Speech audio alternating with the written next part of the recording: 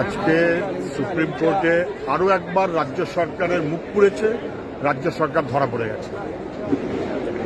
কপিল সিব্বালের নেতৃত্বে সম্বন্ধে 21 জন উকিল কয়েক কোটি টাকা খরচ করে রাজ্য সরকারের ট্যাক্সপেয়ারদের টাকা, রাজ্য সরকারের মুখ পুড়ল। আবার কপিল সিব্বালকে দেখে খারাপ লাগছিল, কিছুই বলতে পারছেন না। সুপ্রিম কোর্ট স্পষ্ট বলল যে তাহলে তো ডাক্তারেরা অচৈতন্য বলে দিল কি করে, বেঁচে আছে না মারা গেছে। রামসব যদুবোধ একটা ডাক্তার, তারা বললো অচৈতন্য। আচ্ছা, অচৈতন্য যদি হয় তাহলে পোস্টমর্টমের বন্দোবস্ত করে ফেললো কি করে? পোস্টমর্টমের বন্দোবস্ত করলো, তারপরে করলো এফআইআর, ভাবাই যায় না। যা হচ্ছে তুমি উল্টো। যদি পদে পদে তালগোল পাঠিয়েছে, পদে পদে ধামাচাপা দিতে চেষ্টা করেছে এবং পদে পদে তথ্য লোপাটের সব রকমের প্রচেষ্টা, সেটা এমনভাবে ধরা পড়ে গেছে। তার জন্য সুপ্রিম কোর্টের বিচারপতি বললেন, আমার 30 বছরের জীবনে আমি কখনো এরকমের ঘটনা দেখিনি। দুর্ভাগ্য আমাদের। এই রাজ্যে তো নিরাপত্তা নেই, এই রাজ্যে নিরাপত্তাহীনতার জন্য তো আমরাই দায়ী। আমরাই তো যেচে ভোট দিয়ে বা ভোট না দিয়ে আমরা তো এইরকম একটা সংস্কার সরকারকে প্রতিষ্ঠা করেছি। তিলোত্তমার ঘটনাটা হঠাৎ ঘটে যাওয়া নয়, এরকম ঘটনা ধারাবাহিকভাবে ঘটছে। এই রাজ্যটা মনুবাদী দৃষ্টিকোণ থেকে পরিচালিত হচ্ছে, সেই জন্যই মেয়েরা সবচেয়ে বেশি আক্রান্ত। একজন মানুষের প্রয়াণ খুব স্বাভাবিক নিয়মেই হয়, কিন্তু তার প্রয়াণের পর আপামর বিরোধীরাও তার জন্য শোকাহত হয়ে পড়ছে। এই রকম কি খুব বেশি দেখা যায়? স্বাভাবিক। দেখুন, মানে পৃথিবীতে যারা সৎ হয়, যারা নির্লোভী হয়, তাদের পায়ের তলায় কোনো লিখতে হয় না আমি সৎ বা আমি নির্লোভী। তারা এমনি সৎ, বাংলার মানুষ জানেন, বাংলার মানুষ বোঝেনও বটে। তো ফলে এটা স্বাভাবিক যে বিরোধী বলুন বা আপামর জনতা বলুন, তারা আজকে শোক জ্ঞাপন করছে। তারপরেও কিছু প্রশ্ন তো থেকে যায়, যারা একটা সময় ওনার সাদা ধুতি দিয়ে রক্তের দাগ লাগাতে চাইছিলেন, তারা আজকে কি বলবেন। ফলে কালের নিয়মে আমরা সেদিনও বলেছিলাম, সেদিন যে লোকটার প্রয়াণে আজকে আমরা এখানে মিলিত হয়েছি, উনি বারবার বলেছিলেন মিথ্যার কুয়াশা একদিন ভেদ করে সূর্যের আলো আসবে। যত দিন যাবে, মানে রাতের অন্ধকার যত গভীর হবে, দিনের আলো আস্তে আস্তে পরিষ্কার হবে। তো ওনার বিরুদ্ধে কুৎসা, ওনার বিরুদ্ধে অপপ্রচার, ওনার বিরুদ্ধে অসততার তকমা, সেগুলো আস্তে আস্তে দিনের আলোর মতো পরিষ্কার হচ্ছে। আচ্ছা, এই যে বুদ্ধদেব ভট্টাচার্যের চলে যাওয়া আর একটা মর্মান্তিক ঘটনা ঘটা আরজি করে, যার বিরুদ্ধে তোমরা আন্দোলন করছো, মনে হয় কোনো সুফল দেখতে পাবে? দেখুন, এই রাজ্যে পার্কস্ট্রিট থেকে কামদুনি, গেদে থেকে সর্বত্র হাঁসখালি, সর্বত্র একটার পর একটা ঘটনা ঘটেছে। এবং দুর্ভাগ্যের হলো সত্যি আমাদের রাজ্যের মহিলা মুখ্যমন্ত্রী মহিলা কথাটা জোর দিচ্ছে এই কারণে, মহিলা মানে একজন মহিলার কষ্ট বুঝবেন, দুঃখ বুঝবেন। সেটা না করে যেভাবে ঘটনাকে, আমরা একবারও বলিনি যে অভিষেক ব্যানার্জির সঙ্গে এই ঘটনার সঙ্গে জড়িত আছে, বলেছি আমরা? কেউ বলছে না। আমরা বলছি যারা ধর্ষক তাদেরকে শাস্তি দিন। কোন ইন্টেনশন? কেন হঠাৎ করে রাতারাতি লাশকে গায়েব করার চেষ্টা করা হলো? কেন এই ঘটনাকে ধামাচাপা দেওয়ার চেষ্টা করা হচ্ছে? কেন যেখানে ঘটনা ঘটেছে তার অদূরে একটা বিল্ডিং নির্মাণ করা হচ্ছে, কনস্ট্রাকশন করা হচ্ছে? কেন? কিসের ইঙ্গিত? কেন দোষীদেরকে আড়াল করার চেষ্টা হচ্ছে? আসলে দোষীদেরকে আড়াল করার চেষ্টা যেটা আমাদের মনে হচ্ছে, কেঁচো খুঁড়তে কেউ তো বেরোতে পারে। শুধু আরজিকর নয়, পশ্চিমবঙ্গের যতগুলো স্বাস্থ্য দপ্তর আছে সর্বত্র কেঁচো খুঁড়তে কেউটো বেরোবে। আর সেই কেঁচো খুঁড়তে কেউটো বেরোনোর ভয়ে এইগুলোকে আড়াল করার চেষ্টা করা হচ্ছে। তো স্বাভাবিক তো বাংলার মানুষ প্রশ্ন করবে, রাস্তায় নামবে। আপনি রাজ্যের মুখ্যমন্ত্রী, আপনি কেন আড়াল করবেন? দর্শকদের বিরুদ্ধে কেন ব্যবস্থা নিচ্ছেন না? স্বাভাবিক তো এই প্রশ্ন। আমি ওই জন্য প্রথমেই বললাম, এই প্রশ্ন তো স্বাভাবিক উঠবে। কারণ ঠাকুর ঘরে কেড়ে আমি কলা খাইনির মতো প্রবাদ তো আসছে না। তো আমরা ধর্ষকদের বিরুদ্ধে রাস্তায় নামছি। এই আরজিকরের ঘটনা আমি মানে পাশবিক বলবো না, কারণ পশুরাও এত অত্যাচার করে মানুষকে খুন করে না, নারকীয়, মানে বিভৎস, দেখা যায় না। আপনি কেন, প্রশাসন কেন গার্ড করার চেষ্টা করছে? তার বাড়ির লোককে কেন প্রেশারে রাখা হচ্ছে? কেন তার বাড়ির লোককে বডি দেখতে দেওয়া হচ্ছে না? কেন রাতারাতি আমাদের থেকে এসএফআই ডিএফআই সেদিন যদি রাস্তা না আটকাতো, রাত্রিবেলা যেদিন বুদ্ধদেববাবুর আজকে ঘটনাচক্রে শেষ দিনে আমরা ওখান থেকে যখন আমাদের ছাত্র যুবরা যখন গিয়ে গাড়ি আটকেছে, কেন আমাদেরকে টানা হিঁচড়া করে শরীরে রাস্তায় লাশ গুম করার চেষ্টা করা হলো? কিসের? কিছু প্রশ্ন তো আছে, যে প্রশ্নের উত্তরগুলো এখনও বিরোধীরা, মানে রাজ্যের মুখ্যমন্ত্রী এখনও দিতে পারছেন না। তো ফলে এই প্রশ্নগুলো তো উঠবে। মানুষ যখন রাস্তায় নামছে, মানুষের যখন স্বতঃস্ফূর্ত আন্দোলনের বহিঃপ্রকাশ ঘটছে, তখন কখনো পুলিশ দিয়ে, কখনো গুন্ডা দিয়ে, ধমকে চমকে কেস দিয়ে আটকে রাখার চেষ্টা করা হচ্ছে। বাংলার মানুষ বরাবরই যারা শাসক আছে তাদের বিরুদ্ধে রাস্তায় নেমেছে, স্বৈরাচারের বিরুদ্ধে রাস্তায় নামে, এটা বাংলার ট্র্যাডিশন। বাংলার ছাত্র সমাজ, বাংলার ছাত্র যুব, বাংলার সাধারণ নাগরিক শুভবুদ্ধি সম্পন্ন মানুষ, গ্রামের খেটে খাওয়া মেহনতি মানুষ, তারাও আরজি করের বিরুদ্ধে মুখ খুলছে। তো ফলে দিন ঘনিয়ে এসছে। কিন্তু উত্তরবঙ্গ উন্নয়ন মন্ত্রী উদয়ন গুহ বলছে আঙুল তুললে ওনার দিকে আঙুল ভেঙে দেবেন। শুধু উদয়ন গুহ না, ওরকম অনেকে বলছে। কটা দিন অপেক্ষা করুন, দেখবেন ওনাদের কোমর কীভাবে ভেঙেছে বাংলার মানুষ গণতান্ত্রিক উপায়। আমরা খুন খারাপের কথা বলছি না, মানে কী সব মন্তব্য করছে, কতটা পুরুষতান্ত্রিক, কতটা ফিউডালিস্টিক, সেটা ওনাদের কথাবার্তা থেকেই বোঝা যায়। বলছে রাত্রেবেলা মেয়েরা কেন বাইরে যাবে, কেন কাজ করতে যাবে, মেয়েদের কাজ কি শুধুমাত্র স্বামীর সেবা করা, মানে আরএসএসের মনুবাদের মতো এরাও বলছে। আমরা বরাবরই বলছি দুজনের অরিজিন এক, দুজনের মধ্যে কোনো পার্থক্য নেই। সেই জায়গা থেকে এনারা বলছে আসলে মাথার সমস্যা আছে। হ্যাঁ, অবিলম্বে উচিত আরজি করে ভালো করে এনাদেরকে মাথার ট্রিটমেন্ট করানো, নইলে এর সমস্যার সমাধান হবে না। আজকে বুদ্ধদেব ভট্টাচার্য নেই এই পশ্চিমবঙ্গে, কিভাবে মেলাতে পারছো? দেখুন, বুদ্ধদেব ভট্টাচার্য তার জীবনে, তার সময়কালে অনেক কাজ করতে চেয়েছিলেন, অনেক কাজ করতে পারেননি, অনেক কাজ হয়তো সদিচ্ছায় করতে চেয়েছিলেন কিন্তু ভুল করেছেন। কিন্তু দিনের শেষে উনি যখন চলে গেলেন, ওনার চরম বিরোধীরাও বলতে পারবে না যে উনি কোনো ভুল সিদ্ধান্ত নিয়েছিলেন বা মানুষের খারাপ কিছু করতে চেয়েছিলেন। সেই কালিটা শেষ দিন অবধি কেউ ছেড়াতে পারেনি। আজকে আমরা কি দেখছি, আজকে আমাদের রাজ্যের যা অবস্থা, বুদ্ধদেব ভট্টাচার্য একটা ইন্টারভিউতে বলেছিলেন, এতটাই উনি দূর অবধি দেখতে পারতেন। উনি বলেছিলেন যে 5 বছর পরে আমাদের পশ্চিমবঙ্গের ভবিষ্যৎ কী হবে, ছেলেমেয়েরা কোথায় যাবে। আজকে দেখুন সেইটা সত্যি হয়ে যাচ্ছে, ওনার প্রত্যেকটা কথা অক্ষরে অক্ষরে মিলে যাচ্ছে।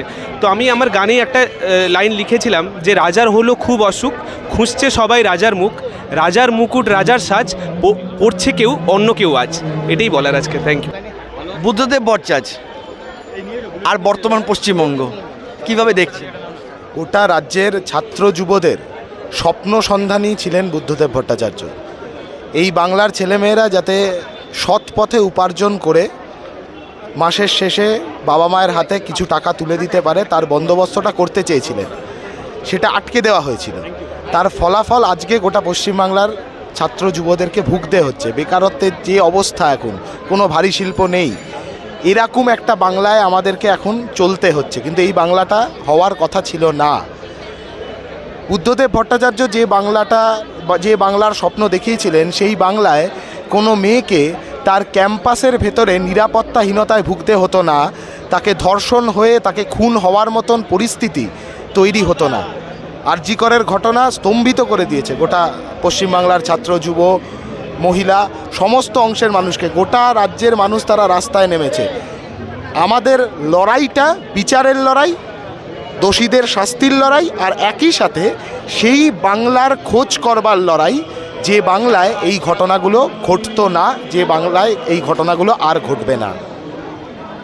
আরজি করের প্রসঙ্গ যখন তুললেই তাহলে জিজ্ঞেস করি, আন্দোলন কি চলবে? একদম, যতদিন না বিচার পাচ্ছে। যে মেয়েটির 2 চোখ ভরে রক্ত নেমে এসেছিল, 2 চোখ ভরে জল বেরোয়নি, রক্ত বেরিয়েছিল, সেই লড়াইটা প্রয়োজনে রক্ত দিয়ে হলেও সেই বিচারটা আমরা ছিনিয়ে আনবো। দোষীদের শাস্তি দিতে হবে এবং এই দোষকে যারা মদত দিয়েছে দিনের পর দিন, এই গোটা আরজি করকে কেন্দ্র করে একের পর এক দুর্নীতির চক্রকে যারা মদত দিয়েছে, তাদের বিরুদ্ধে তাদেরও শাস্তি হওয়া দরকার। না হলে এই অন্ধকার অবস্থাটা থেকে আলোর দিকে যাত্রাটা আমরা করতে পারবো না। আর অন্ধকার থেকে আলোর দিকে এগিয়ে চলার শপথে আমাদের বুকের মধ্যে বুদ্ধদেব ভট্টাচার্য ছিলেন, আছেন, থাকবেন। আচ্ছা, অনেকেই আন্দোলনকে একটা অরাজনৈতিক তকমা চেষ্টা করছে। আমরা তো শুরু থেকেই বলেছি, এই যে দুর্নীতির চক্রটা, যে দুর্নীতির চক্রের শেষ পৃষ্ঠা হলো এই ঘটনাটা, এই দুর্নীতির চক্রটা তো একেবারেই রাজনৈতিক দুর্নীতি ছিল।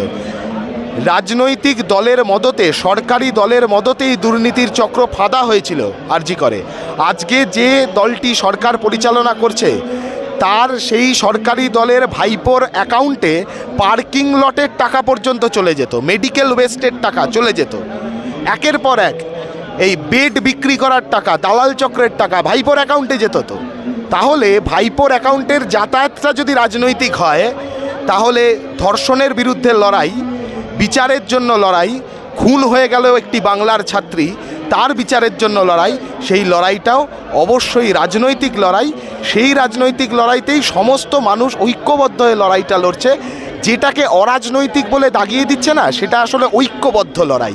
ঐক্যবদ্ধ লড়াইকে অরাজনৈতিক বলে দাগিয়ে দিলে ওই মানে নদীর পথটাকে ঘুরিয়ে দেওয়া সহজ হয়, সেই চেষ্টাটাই করছে। একই সাথে তৃণমূল এবং বিজেপি দুই, কারণ বিজেপি ভয় পাচ্ছে যদি উন্নাও, হাতরাস, কাঠুয়া যা যা ঘটনা গোটা দেশ জুড়ে মেয়েদের ওপর আক্রমণ, নির্যাতন, ধর্ষণ, খুন, বিজেপি যা যা কাণ্ড ঘটিয়েছে, এই কথাগুলো যদি আবার চলে আসে রাজনীতির মূল স্রোতে, তাহলে বিপাকে পড়ে যাবে বিজেপি।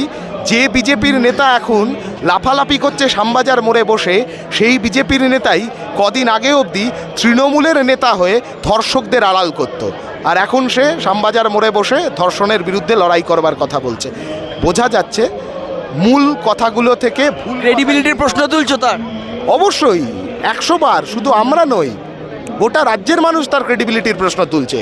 গোটা মেদিনীপুরের বেতাজ বাদশা সেজে যারা, যে শুভেন্দু অধিকারী ধর্ষকদের আড়াল করে গেছে দিনের পর দিন, সে এখন এসে হচ্ছে যে শ্যামবাজার মোড়ে বসে বড় বড় কথা বলছে। উন্নাওতে কি ঘটেছিল জবাব দিক, হাতরাসে কি ঘটেছিল জবাব দিক, কাঠুয়াতে কি ঘটেছিল, আসিফার সাথে কি ঘটেছিল জবাব দিক, দেবে না জবাব। আসলে এই মানুষের স্বতঃস্ফূর্ত ঐক্যবদ্ধ আন্দোলনকে, এই যে রাতের দখল নিতে মেয়েরা নেমেছিল, এই আন্দোলনটাকে যদি অরাজনৈতিক বলে তাকিয়ে দেওয়া যায়, তাহলে যারা ঘোলা জলে মাছ ধরবার রাজনীতি করে তাদের একটু সুবিধা হয়ে যায়। আমরা বলছি এই প্রতিটা লড়াই রাজনৈতিক লড়াই, মেয়েদের লড়াই রাজনৈতিক লড়াই, রাস্তা দখলের লড়াই রাজনৈতিক লড়াই, রাত দখলের লড়াই রাজনৈতিক লড়াই, বিচারের লড়াই রাজনৈতিক লড়াই, দোষীদের শাস্তি দেওয়ার লড়াই রাজনৈতিক লড়াই, আর এই সমস্ত লড়াই শেষ তক অবধি আমরা লড়ব। আপনার চোখে বুদ্ধদেব ভট্টাচার্য? এই বহু বহু দিন লেগে যাবে আমার কথা শেষ করতে। আমি ওই নানান পত্রিকাগুলোয় বা নানান জায়গায় লিখছি বিষয়গুলো, যে বুদ্ধবাবুর আমার অভিজ্ঞতা, আমার যেটা বারবার মনে হয়, বুদ্ধবাবু একজন খুব টাইম আহেড লিডার, মানে বুদ্ধবাবু অনেক এগিয়ে থাকা একজন লিডার। যেভাবে আমরা নাট্যজগতে দেখেছি, মানে যেমন মোহিত চট্টোপাধ্যায়ের লেখা আমার খুব ভাল লাগে, তো ওনাকে আমার খুব মনে হতো যে উনি খুব টাইম আহেড রাইটার, যে সময়ের যখন ওনাকে বোঝার কথা ছিল তখন যেন মানুষ বোঝেনি, আজ খুব পছন্দ করেন।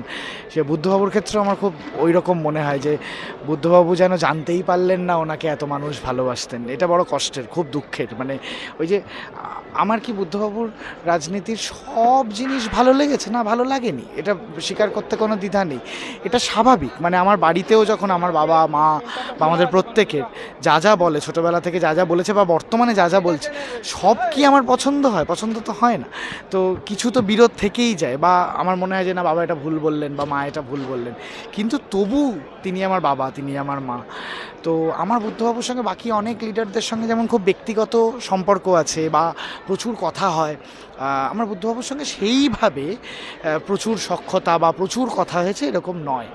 কিন্তু তবু কেন জানি না, মানে আমার কীরকম একটা যেন ব্যক্তিগত ক্ষতি হয়ে গেল বলে মনে হচ্ছে। আমি জানি এটা ব্যক্তিগত ক্ষতি নয়, এটা একটা সামাজিক ক্ষতি হলো, একটা সমাজ পিতৃহারা হলো। মানে আমার নিজের মনে হচ্ছে আমার যেন বাড়ি ঢুকে মানুষটা নেই। সেটা কি, কেন, কি বৃত্তান্ত আমি জানি না। মানে আমরা তো সেই অর্থে বাম সময়ের, আমার 35 বছর বয়স, আমি কলেজের সময় থেকেই ওই ধাক্কাধাক্কি, খারাপ সময় একটু শুরু হয়ে যাওয়া, টালমাটাল, আমার বাবা বা আগের মানুষেরা তারা যাও বা দেখতে পেয়েছিলেন, আমরা তো পাইনি, আমরা খারাপ সময়টাকেই আগলে ধরেছি এবং সেই স্বপ্ন নিয়ে বেঁচে আছি যে একটা দিন ফুল ফুটবে গোছের। তো বুদ্ধবাবু সেই স্বপ্নের প্রায় কি বলবো, মানে স্বপ্ন খুব ভালো হয়, ভালো বালিশ হলে বলে না, মানে বুদ্ধবাবু সেরকম বালিশের মতন আর কি, যে একটা দুর্দান্ত স্বপ্ন দেখতে সাহায্য করতেন। তো আমার কেন জানি না মনে হয় আমি খুব আমার ব্যক্তিগতভাবে যেন কিছু একটা বড় মিসিং হয়ে গেল। ওই যে আবারও বলছি, ওনার সঙ্গে আমার কোনো ব্যক্তিগত সম্পর্ক নেই, কোনো দিন এরমভাবেও কথা হয়নি যে আপনি কেমন আছেন, উনি আমায় পাল্টা প্রশ্ন করেছে তুমি কেমন, এটুকুও হয়নি। কিন্তু তবু যেন আমার মনে হচ্ছে আজও যে আমার বিশাল ব্যক্তিগত ক্ষতি হয়ে গেল, কারণ ব্যক্তিগত ক্ষতিটা আমি বোধ করছি সামাজিক ক্ষতি থেকেই, যে আমার বোধহয় ব্যক্তিগত ক্ষতি হয়ে গেল। শেষ প্রশ্ন করি, যেদিন ওনার দেহ দান করে দেওয়া হবে সেই দিন রাতেই একটা ঘটনা ঘটেছে এবং সঙ্গে সঙ্গে যুবরা ছুটে গিয়ে তাকে রক্ষা করার চেষ্টা করেছে এবং তার ফলেই বোধহয় এখন অবধি কিছুটা আশার আলো দেখা যাচ্ছে যে তিলোত্তমা বিচার পাবে। কিভাবে দেখছেন আপনি? সেই তো আজকে ওই সেলিমদা বলতে বলতে বললেন কথাটা যে বুদ্ধবাবু চলে গেলেন, তারপরে বুদ্ধবাবু যে যুবদের নিয়ে স্বপ্ন দেখতেন তারা গিয়ে ওই মানে বুক আগলে আটকে দিল গাড়িটা। না হলে তো আজকে এই যে সাধারণ মানুষ আমরা সবাই রাস্তায় বেরিয়েছি, আমরা জাস্টিসের দাবি করছি, জাস্টিস ফর আরজি কর করছি, চেঁচাচ্ছি, চিৎকার করছি, এই যে রাতের ঢল নামছে, কোনো ঘটনাই ঘটতো না, কিছুই জানতে পারতাম না। এরকমভাবে রাজ্য জুড়ে কত এরকম দুর্নীতি, কত এরকম ধর্ষণ, কত খুন হয়তো এরকম সুইসাইড নামে চাপা পড়ে গেছে, কারণ সেই রাতে মীনাক্ষী ধ্রুবরা পৌঁছতে পারেনি হয়তো, বা খবর পায়নি হয়তো, তাই হয়তো এরকম প্রচুর ঘটনা আমরা সুইসাইড রূপে আহারে বলে বাড়িতে দুঃখ করেছি। হয়তো এর পেছনেও চক্রান্ত ছিল, এর পেছনেও নানান মানুষ ইনভলভ ছিল। এটা তো তারা তারা তারা না, আমার খালি মনে হয় মীনাক্ষী ধ্রুবরা গিয়ে না ওই গাড়িটা আগলায়নি, বুদ্ধবাবুর স্বপ্নগুলো আগলে ধরেছে। তাহলে বোধহয় আগামী দিনটা ওনার স্বপ্ন মতন কাজ হবে এবং আমরা একটা ভালো দিন দেখলেও দেখতে পারি। আচ্ছা, মানুষের এই যে জনন্মাদনা, মেয়েদের রাস্তায় নামা, আশা করেছিলেন এরকম হবে? আশাটা বড় কথা না, আমি চাইনি এরকম হোক। মূল কথা আমি এই প্রতিবাদটা না, মানে আশা হয়তো করিনি, কিন্তু ঘটার পর মনে হয়েছে না, আমার শহর এখনও মরেনি, আমার রাজ্য এখনও মরেনি, আমার রাজ্য এখনও সোচ্চার গলায় বিচার চাইতে জানে। আমার মা, আমার মায়ের থেকেও সিনিয়র, তারা রাস্তায় নেমেছে। আমার মেয়ে 6.5 বছর বয়স, সেদিন বেরোতে পারেনি, কিন্তু ওই আমি পৌঁছানোর পর আমার ভিডিও কল করেছে, কই দেখি, আমি জানি সেও পার্টিসিপেট করেছে। তো এইরকম একটা বয়স জুড়ে মানুষ পার্টিসিপেট করেছে, তো এইটা একটা বড়, এটা আশা করিনি, কিন্তু এটাতে আমি খুব আনন্দ পেলাম। এটাতে আপনারা কি বাংলাদেশকে দেখে অনুপ্রাণিত হয়েছেন নাকি হুমকি দেওয়া হচ্ছে আপনাদের? জানি না, আমি তো একা অনুপ্রাণিত হলে আলাদা বিষয় ছিল, সারা বাংলা ও যদি অনুপ্রাণিত হয়, সেটা কী থেকে অনুপ্রাণিত হলো বা জ্বালায় অনুপ্রাণিত হয়েছে সেটা আমি জানি না। তবে আমি স্বাগত জানাই মানুষ যে রাস্তায় নেমেছে এবং এই আন্দোলন চলুক, সেটাই চাই। আচ্ছা নিরাপদা, সন্দেশখালি থেকে যা শুরু, আরজি করে কি তার শেষ হলো? না না না, এটা শুরু আর শেষের গল্প নয়। সন্দেশখালির মানে শ্রেণীর উপরে একটা সময় যখন আক্রমণ নেমে আসলো, তখন সন্দেশখালির শ্রেণীর উপরে আক্রমণ হলো, দেয়ালে পিঠ থেকে গেল, ফলে মানুষ ঘর থেকে বেরোলো, তাদের মতন করে বলা শুরু করলো। আরজি করের ঘটনাও সেম। গোটা রাজ্যে যখন স্বাস্থ্য ব্যবস্থা ভেঙে পড়ছে, তারপরে যখন এরকম মৃত্যুর মতন, খুনের মতন ঘটনা ঘটছে একেবারে রাজধানীর বুকে, তখনও মানুষ, তাও কাউকে অর্গানাইজ করতে হয়নি, মানুষ নিজের মতন করে তার বিবেকের তাড়নায় মানুষ আজকের ঘর থেকে বেরিয়েছে। এটাই হচ্ছে সমাজ। সমাজটাকে সবাই বাঁচিয়ে রাখতে চায় এবং সমাজে মানুষ নিজের মতন করে বাঁচতে চায়। যখন সেই সমাজে আক্রমণ নেমে আসে, তখন কাউকে বলতে হয় না, মানুষ তার বিবেকের তাড়নায় ঘর থেকে বেরিয়ে বেঁচে থাকার জন্যে লড়াইয়ের লাইনে পা মেলায়। এটাই হচ্ছে বিজ্ঞান। কিন্তু বিচার তো সাধারণ মানুষ করবে না, বিচার তো করবে আদালত। আপনার মনে হয় সুবিচার পাবেন? বিচার আদালত কি করবে সেটা আদালতের আইনের বিষয়, কিন্তু মানুষের চোখে যে বিচার, সেই বিচারের উপরে কোনো বিচার হতে পারে না। সেই জন্য মানুষই ঠিক করে কোনটা ন্যায় কোনটা অন্যায়। অন্যায় হলে যখন মুখ খোলে, তখন বুঝতে পারে যারা দোষী, যারা এই সমস্ত কাজ করে, তারাও বুঝতে পারে তার অপরাধের মাত্রা কতটা গেছে। সেই জন্যে আদালতের উপরে সবটা নির্ভর করে না। সন্দেশখালি ইস্যু আপনি যখন বিধানসভায় তুলেছেন, আপনার মাইক্রোফোন বন্ধ করে দেওয়া হয়েছে, এখনকার মানুষের মুখ বন্ধ করা যাবে? তখনও মুখ বন্ধ করতে পারিনি, তখন বিধানসভার ভিতরে স্পিকারের একটা ক্ষমতা ছিল মাইকটাকে বন্ধ করা, বড় জোর সেটাকে বন্ধ করেছে, কিন্তু নিরাপদের মুখ তো বন্ধ করতে পারেনি। সেই জন্য ওই সময় প্রতিক্রিয়াশীল শক্তি, তার যে শক্তি ছিল, ক্ষমতা ছিল, সেটা সে ব্যবহার করেছে, কিন্তু মানুষের মুখ কখনো বন্ধ করে রাখা যায় না। আজকের দেখুন না, গোটা রাজ্য জুড়ে কে কাকে মুখ বন্ধ করবে? আজকে হই হই করে মানুষ বেরোচ্ছে। মুখ বন্ধ করার মতন পরিবেশ পরিস্থিতি যখন হয়, মানুষ তখন দায়িত্ব নিজের কাঁধে তুলে নেয়। আপনাদের এই আন্দোলনটা যে চলছে, এটা কি চলবে নাকি একসময় স্তীমিত হয়ে যাবে? আসলে এটা যদি বলেন আমাদের আন্দোলন, সেটা একরকম, আসলে এটা মানুষের আন্দোলন।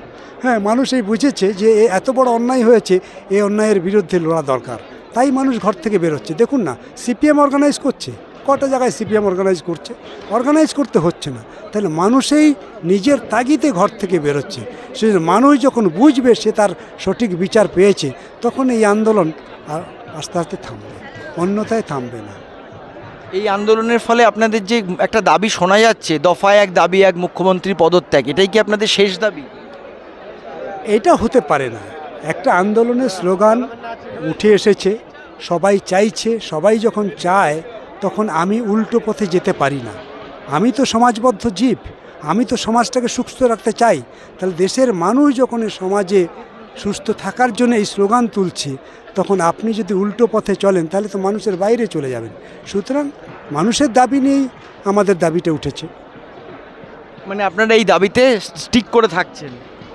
দাবি তো এটা থাকবে, কারণ মুখ্যমন্ত্রী যে কাজ করেছে, দেখুন যেভাবে অন্যায়টাকে চাপা দিতে চাইলো, ওই দিন যদি ওই বাচ্চা ছেলে মেয়েগুলো যদি আর্জি করে না পৌঁছতো, গাড়ির সামনে যদি না হুমড়ি খেয়ে পড়তো, তাহলে আজকের তো এই যে প্রমাণ করার জন্য গোটা রাজ্যের লোক, দেশের লোক উঠে পড়ে লেগেছে, সেটাও তো খুঁজে পেতো না।